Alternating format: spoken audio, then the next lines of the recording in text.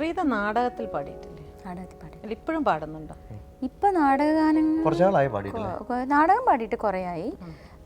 ഒരു നാടകത്തിൽ എനിക്കൊരു അവാർഡും കിട്ടിയിട്ടുണ്ട്. സ്റ്റേറ്റ് അവാർഡ് കിട്ടിയിട്ടുണ്ട്. കുറേ നാടകങ്ങളിൽ പാടിയിരുന്നു. ആ സമയത്ത് ഒരുപാട് പാടിയിട്ടുണ്ട്. ഈ കരളയിൽ നിന്ന് അതിന് അവാർഡ് വല്ലതും കിട്ടിയിട്ടുണ്ട്?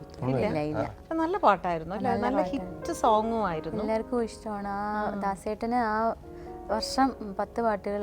ആ വർഷം നമുക്ക് കിട്ടിയ അവാർഡാണ് മോൻ.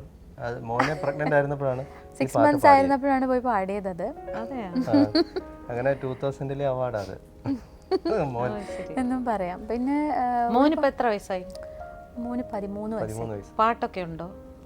അവൻ അത്യാവശ്യം പാടുന്നൊക്കെ ഉണ്ട്.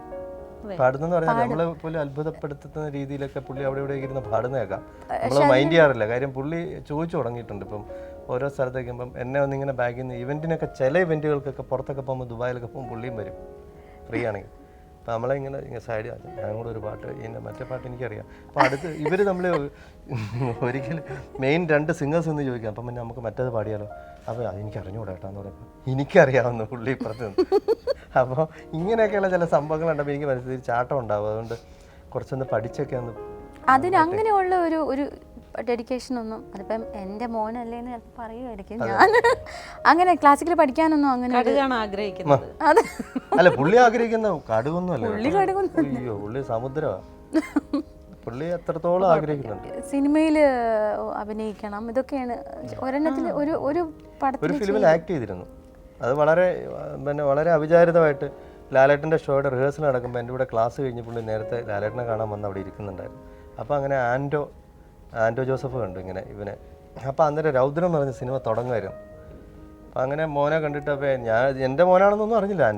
അറിഞ്ഞില്ല. അങ്ങനെ പ്രീതയുടെ മോനാണെന്നറിഞ്ഞു. പാട്ട് പാടുന്ന പ്രീതയുടെ മോനാണെന്ന് ആരും പറഞ്ഞത്.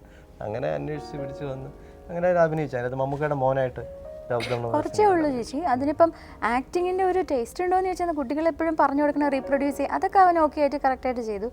പക്ഷെ അതിന് ശേഷം അതിലേക്ക് പോകണം എന്നിങ്ങനെ ഭയങ്കര നിരാശയൊക്കെ അത് കിട്ടിയില്ലെങ്കിൽ. അല്ല അതല്ല, ഒത്തിരി കുറേ ഓഫറുകളൊക്കെ വന്നായിരുന്നു അതിന് ശേഷം നാച്ചുറലി വരാവുന്നത്. പക്ഷേ അവന് ഭയങ്കര സ്റ്റാർ കളിക്കുന്നു. സ്കൂളിൽ പോയിട്ടേ അവിടെ പുള്ളി ആ പ്രാവശ്യം ആനയുടെ സെൻട്രൽ സ്പിരിറ്റിൽ മമ്മൂക്കയും ഇവനും കൂടെ ഇരിക്കുന്ന ഒരു പടമൊക്കെ ആയിരുന്നു. അതൊക്കെ പുള്ളി അതൊക്കെ സ്കൂളിൽ കൊണ്ടുപോയി അങ്ങനെയൊക്കെ പുള്ളി അതൊക്കെ സ്റ്റാറായി തുടങ്ങി. പിന്നെ പഠിത്തത്തിലും പുള്ളി ഇങ്ങനെ എപ്പോഴും ഒരുക്കം ഭയങ്കര ടിപ്പായിട്ടൊക്കെ അങ്ങനെയൊക്കെ. എനിക്കത് കണ്ടപ്പോഴാണ് മനസ്സിലായി സംഗതി കുഴപ്പമാകും. ഞാൻ പറഞ്ഞു മോനെ, നമുക്ക് ഒരു പൃഥ്വിരാജിൻ്റെ പ്രായമൊക്കെ ആകുമ്പം നമുക്ക് ഡിഗ്രിയൊക്കെ കഴിഞ്ഞ് നല്ല ക്വാളിഫിക്കേഷനൊക്കെ എടുത്തിട്ട് നമുക്ക് അതുകൊണ്ട് അപ്പം ഇപ്പം പറയുന്നത് പൃഥ്വിരാജാണ് റോൾ മോഡൽ എന്ന് വെച്ചാൽ നല്ലവണ്ണം സ്റ്റഡീസ് എല്ലാം കംപ്ലീറ്റ് ചെയ്ത് കഴിഞ്ഞിട്ട് എന്നിട്ട് പറഞ്ഞിരിക്കുക അങ്ങനെ പഠിച്ചാൽ മതിയായിരുന്നു അതോർത്തെങ്കിലും.